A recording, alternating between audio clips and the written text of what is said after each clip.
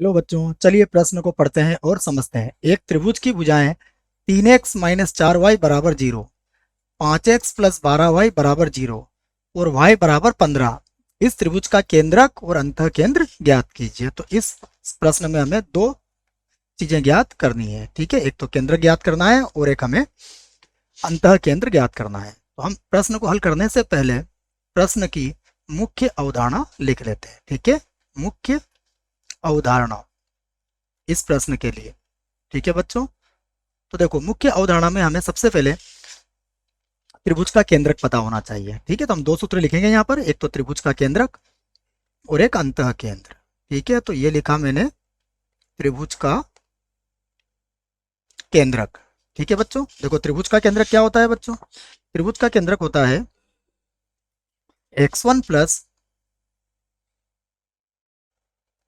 x2 plus x3 और बटा होता है 3, coma y1 plus y2 plus y3 और ये भी बटे में होता है 3। इसे कहते हैं त्रिभुज का केंद्रक। ठीक है, और केंद्र के बाद अंतः केंद्र का भी सूत्र होता है।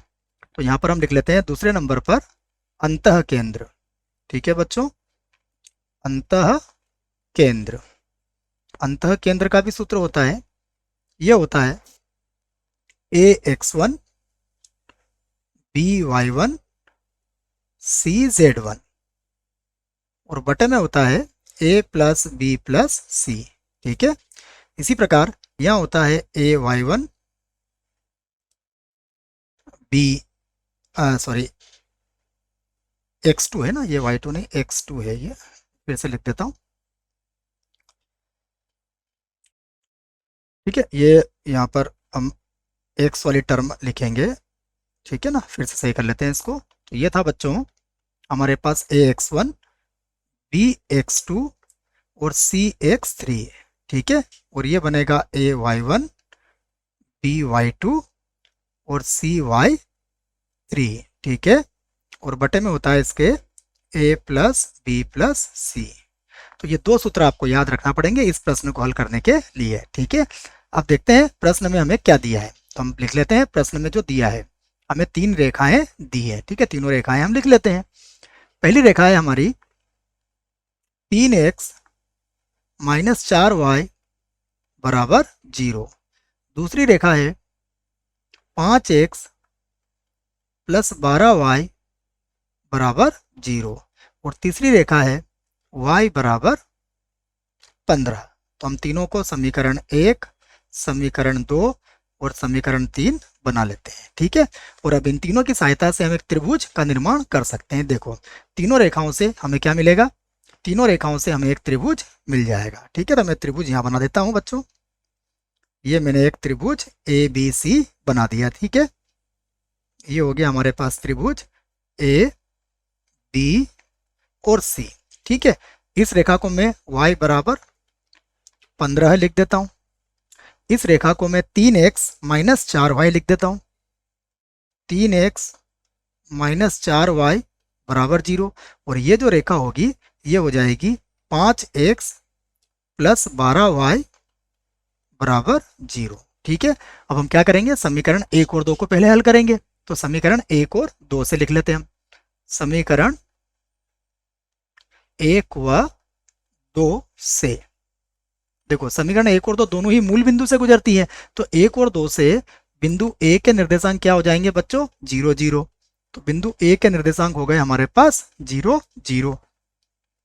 इसी प्रकार हम समीकरण 2 और 3 को हल कर लेते हैं। देखो तो समीकरण 2 व 3 से लिख देते हैं। समीकरण 2 व 3 से। ठीक है, तो ये हमारे पास समीकरण 2 है और ये हमारे पास समीकरण 3 है। तो देखो 2 और 3 को हल करेंगे तो y का मान यहाँ कितना रखेंगे आप? y का मान यहाँ पर आप 15 रखेंगे। तो इस बिंदु C के जो निर्देशांक होंगे वो हम यहाँ लिख लेते हैं।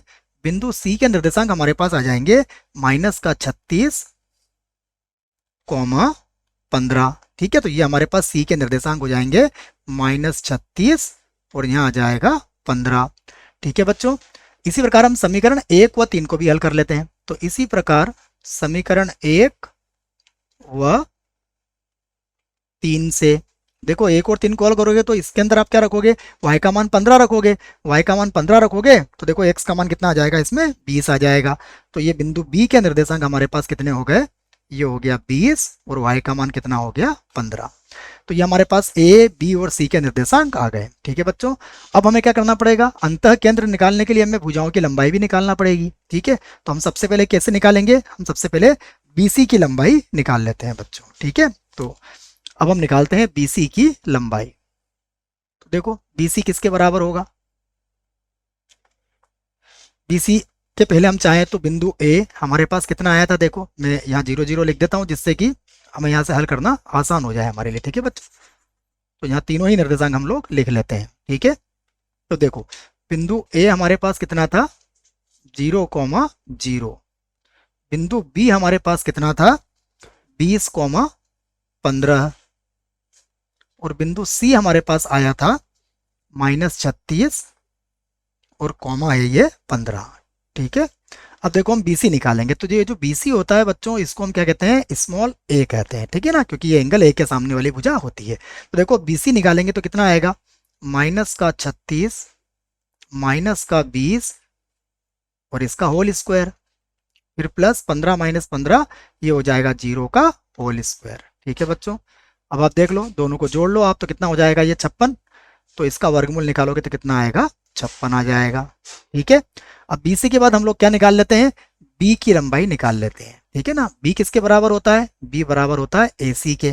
ठीक है, तो यहाँ से हम दूरी सूत्र से इसे भी निकाल लेते हैं, तो ये होगा वर्गमूल। देखो अब A और C तो कितना बनेगा, -36 -0 का स्क्वायर और फिर हो जाएगा 15 -0 का स्क्वायर। ठीक है बच्चों, तो यहाँ पर देखो ये हो जाएगा 36 का वर्ग और फिर हो जाएगा हमारे पास 15 का वर्ग। ठीक है, तो हम इसको हल करेंगे तो हमारे पास आ जाएगा 39। ठीक है, अब इसी प्रकार हम क्या निकालेंगे, C किसका मान होगा, C मान होगा हमारा AB का। ठीक है, तो AB का मान भी निकाल लेते हैं। देखो AB के मान के लिए भी वही सूत्र लगाएंगे, तो ये क्या बनेगा 20 -0 का वर्ग और 15 -0 का वर्ग। ठीक है बच्चों, तो हम इसको भी हल कर लेंगे, तो इसको हल करने पर हमारे पास AB की लंबाई कितनी आ जाएगी, 25 आ जाएगी। ठीक है, क्योंकि देखो ये होगा 400 और ये होगा आपका 225, तो इसका वर्गमूल हो जाएगा 25। ठीक है, तो हमारे पास ABC सब आ गए। अब हम क्या सूत्र में मान रख सकते हैं। ठीक है बच्चों, तो अब हम सूत्र में मान रख लेते हैं और सबसे पहले उसने क्या पूछा था उसे देख लेते हैं।